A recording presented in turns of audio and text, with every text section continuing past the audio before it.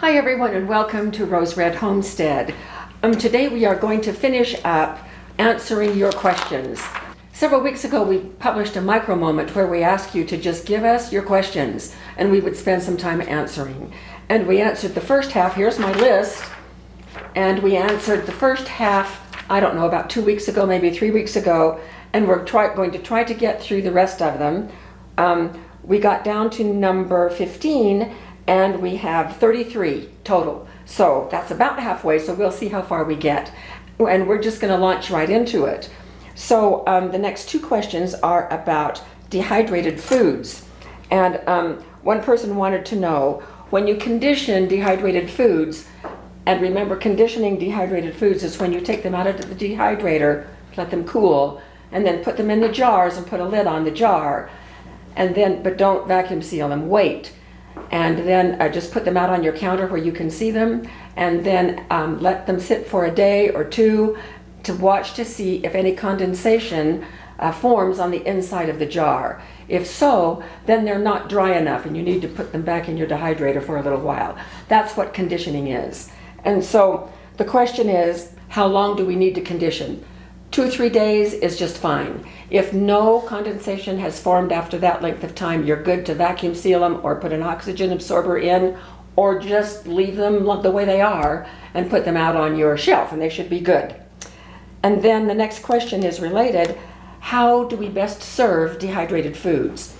Well, it's important to remember that whenever we process foods, by canning, by dehydrating, by freeze drying, by any way of processing, it changes the texture and it changes the taste. And it's not very possible to get back to the original taste and texture of the food. And so when we serve dehydrated foods, it's not like we can rehydrate green beans and serve them as a side dish. Now, mostly for dehydrated foods, I use them as ingredients in other recipes, particularly soups and stews, and I just toss them in soups and stews in their dehydrated state. So if you are wanting to know what you can do with them after you rehydrate them, just practice, try it. Rehydrate and then taste and see if it would be good enough to your taste to use as a side dish. Next is, where do you pause in the canning preparation?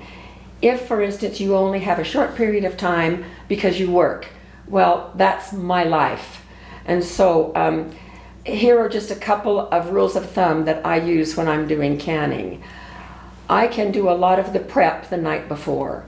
And so any chopping or cutting or preparing the food in any way, gathering ingredients together, and then stopping until the next day is a good place to stop. But if foods that are chopped or whatever, then they need to go into the refrigerator overnight. Here are a couple of places where you do not want to stop. If you are, I had this happen when I was doing the cranberry juice that we actually released it today, which is Wednesday. So I prepared hot in the jar 7 quarts of cranberry juice, thinking that just my large pot was big enough to hold 7 quarts. Well, it wasn't. It only held 5. So I was left with 2 extra quarts that were hot and ready to can. So I had 2 choices right there.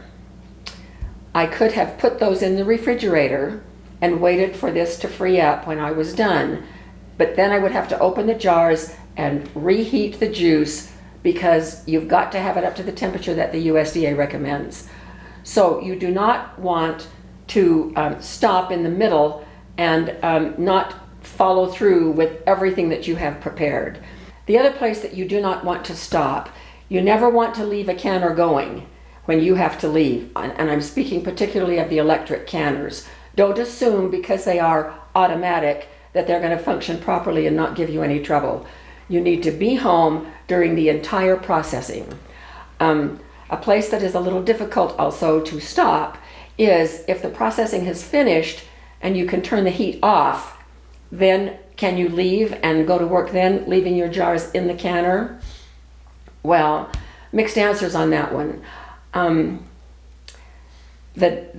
difficulty there is that when jars of some types of food are left in a canner beyond just an extra 5 minutes or so, they can develop flat sour. And if you don't know what flat sour is, you might just want to look that up. So those are my thoughts there. Next one is the shelf. Is shelf life of beans really decades? And the answer is, if they are properly stored, yes, it is. You can store pinto beans and lima beans and navy beans and all kinds of dried beans, and they really are good for 20 or 30 years. And I have opened beans that are as old as, I think the oldest are 18 years. And I add a little teaspoon of soda in, and it softens the beans up just fine during the cooking process.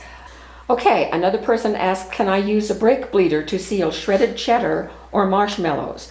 Now, the brake bleeder, and we have a little video on this, I called it one of my new gadgets, is a great little tool that does not require electricity to establish vacuum sealing. Now, sometimes it's not as strong a vacuum as regular vacuum sealers can do, but it's pretty effective. Now, in terms of shredded cheddar or marshmallows, I would be very, very cautious. If that shredded cheddar had been freeze-dried with the moisture removed, then yes, you can vacuum seal that using any method. Marshmallows, I have no experience with. I don't know if those are considered moist. I know that they're pretty sticky. I would not chance doing either fresh shredded cheese of any kind or marshmallows in vacuum sealing.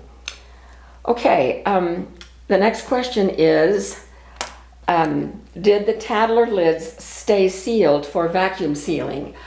When this question was first asked, I immediately started an experiment, and I vacuum sealed 3 jars, 2-quart jars of dry food using a Tattler lid, and they vacuum sealed just fine. Within a week, one of those lids had broken seal. The other 2 were still holding, but just this little bit of an experiment suggests to me that we need to be cautious in using Tattler lids for vacuum sealing. If we do that, and if they seal at first, then we should just check them periodically to be sure that that vacuum is holding. Okay, more than one person has complained that when doing pressure canning, the ingredients just become mush. This particular person had canned chili using canned beans and hamburger. Here is the thing with using hamburger, and I kind of had to learn this the hard way. With hamburger, when you pre-cook hamburger to use in canning, you don't need to cook it all the way. You just need to cook it long enough so that it browns the surface area of the little granules. And don't chop it up so fine that it's like BBs. Put it in chunks that are more like about marbles. And that way it won't turn to mush, it will stick together. And then in terms of pressure canning beans that have already been canned once, it is not very surprising that those would turn to mush because they've already been through a pressure canning process. The more that we process foods, the more food value is lost and the more texture is lost. Here is really a great question. This person said, I just inherited a pressure cooker from my grandmother. It's a big pressure cooker, and it has a weight, a 10 psi and a 15 psi weight. Can't I use that for canning? Well, here's the situation with that.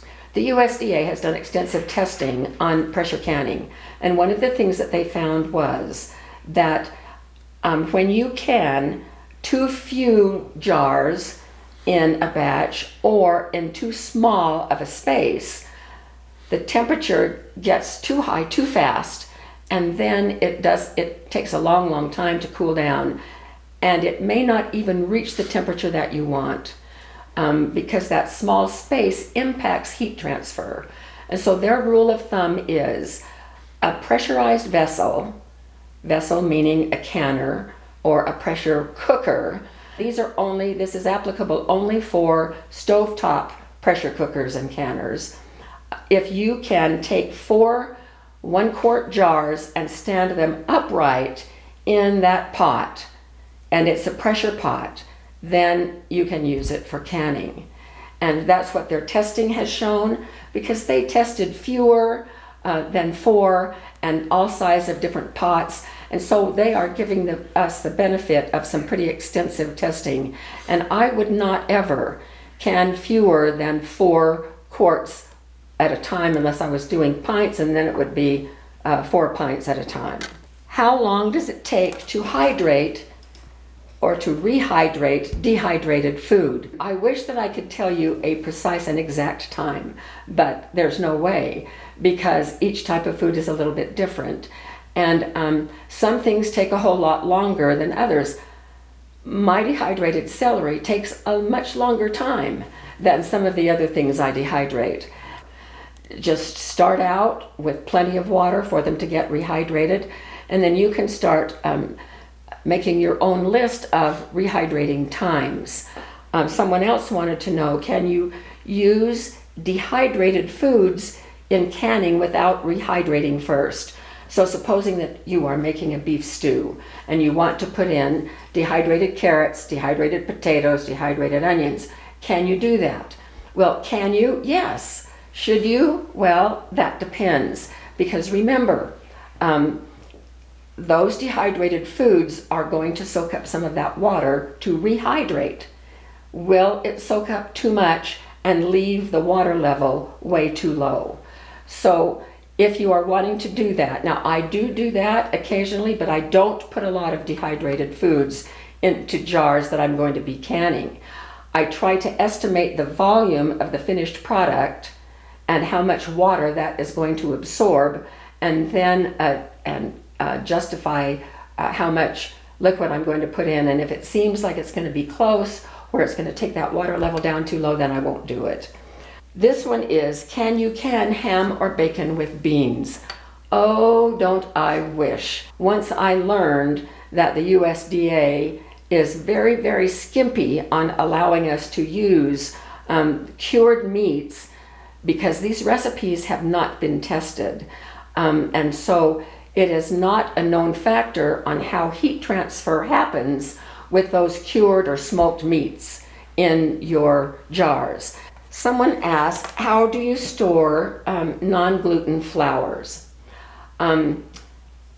My suggestion is to do it the very same way that you would just store regular flour. But I would make sure that it's in a paper bag that is porous, and then you can put it in Mylar, and you can vacuum seal it, or you can put an oxygen absorber in.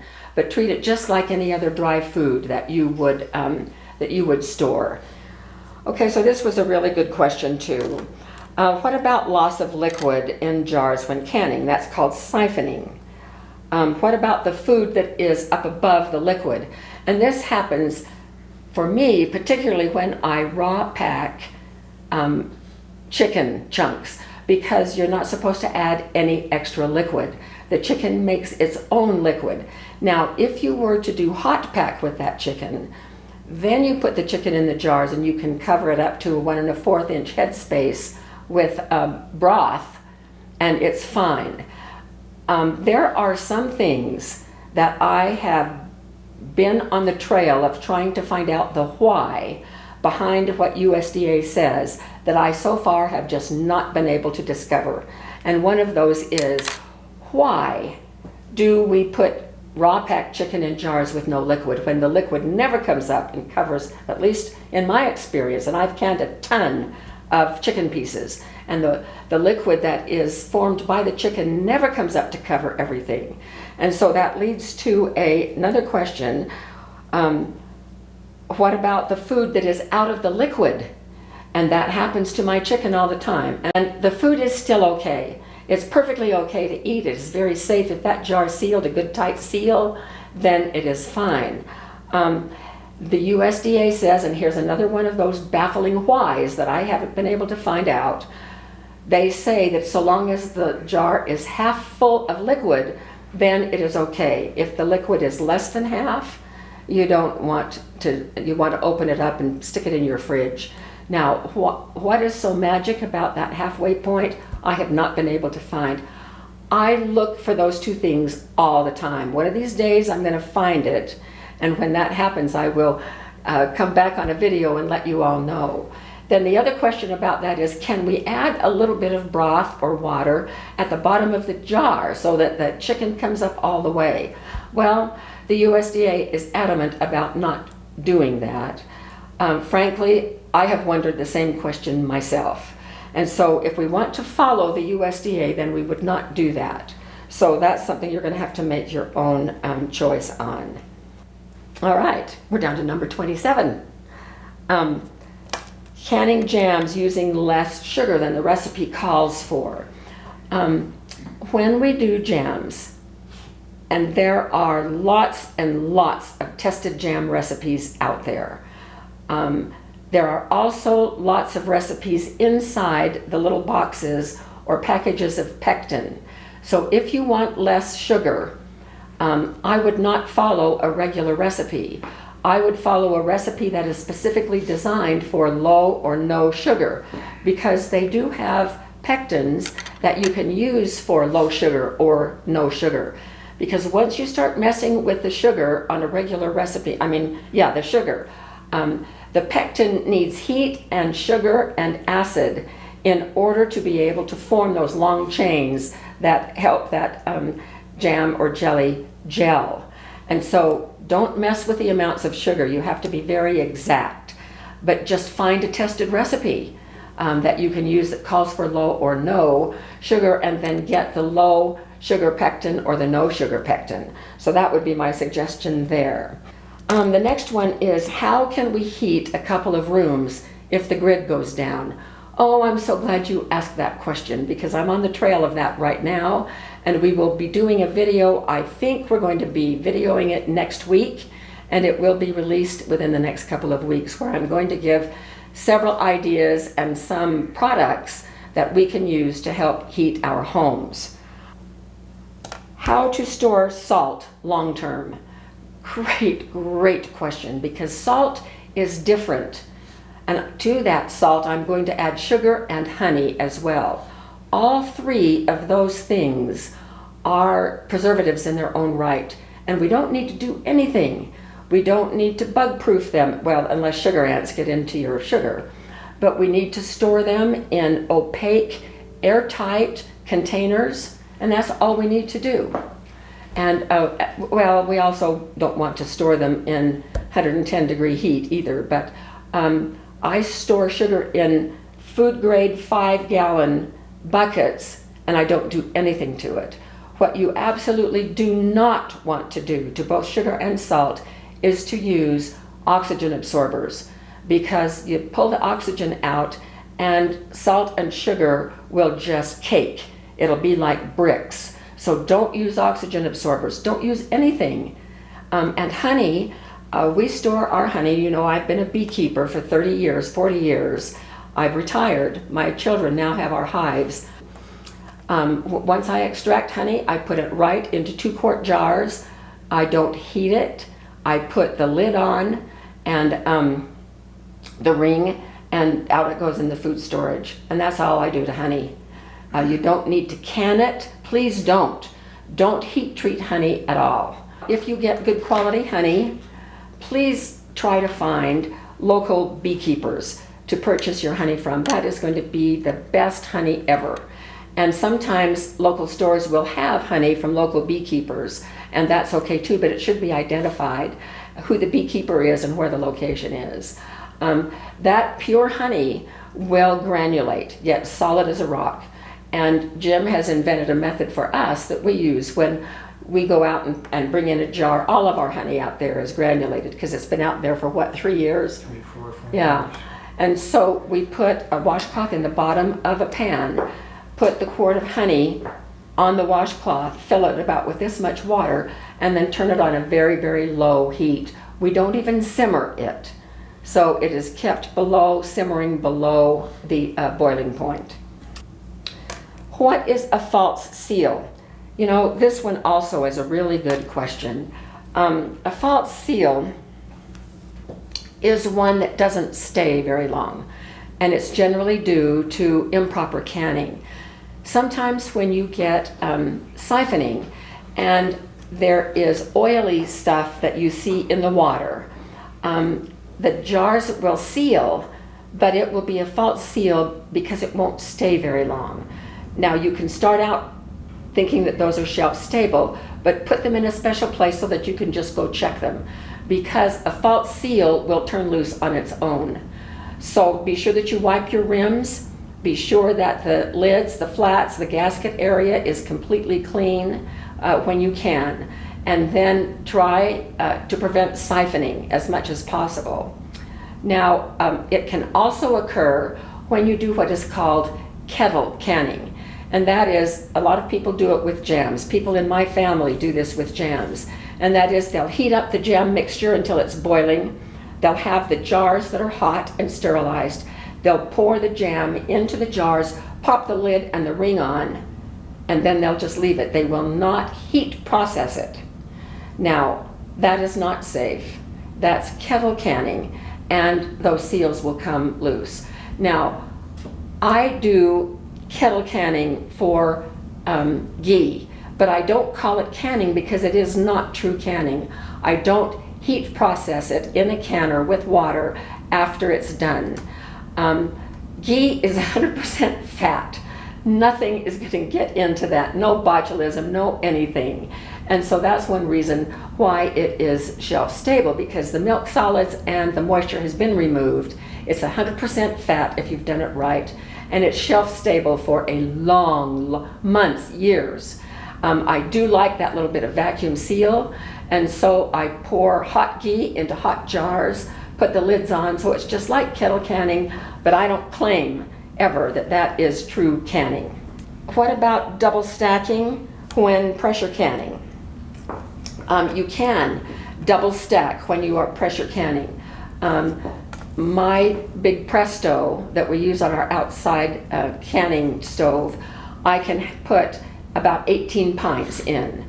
9 on the bottom and 9 on the top. They need to be separated by a rack of some kind, and you do not ever in pressure canning submerge the jars down below, because it is the steam under pressure that causes the heat transfer that kills the botulism spores. If you cover those jars in water, they don't get up high enough temperature. So just be sure that you can double stack. And then there's one of what are the dangers or not dangers of using MSG in food. I'm still researching that one, and I just may save that one for a micro moment all on its own, because I think it's pretty important. So the last one is, how do you open jars without damaging the flats so that you can reuse the lids for vacuum sealing? So this is, my goodness, this is 3 years old, a little jar of apple cider jelly. It's still sealed, it's still a really good color, so it's still good to use. Now, this is my tool for opening jar lids. And I used to just do it on the side and go like this, but that damages the edge sometimes where I can't use it. I have learned that this little tool works really great. Now, the only problem is that when I make this motion with it, it puts a little dent in the lid.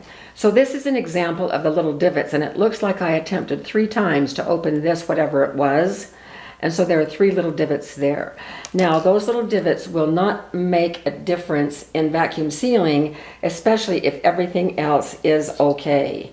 There's one little, this is where it pulled it up just a little bit, but so long as the gasket is just fine, and if this edge isn't really mangled, then it's okay. But here's what I do if I don't want a divot. I put a dime on the top of the lid. This is the part that makes the divot right there. So I put that dime right under where the divot would be, and then I just gently lift up, and there it is. A perfect lid. Everything is intact. Once we've used up this jelly, then I'll be able to use this lid easily for vacuum sealing. So that concludes our answering session for this round. And in a few months, we will do another micro moment and ask for additional questions. So keep track of your questions so that you can enter those in the comment section when we do that, and then we'll have another one of these sessions. People seem to really enjoy the first time around, and so I'm so glad that we're giving you an opportunity to find out from us what our opinion is on a lot of these questions that you have. So thanks for joining us, and we will see you very soon with our next video.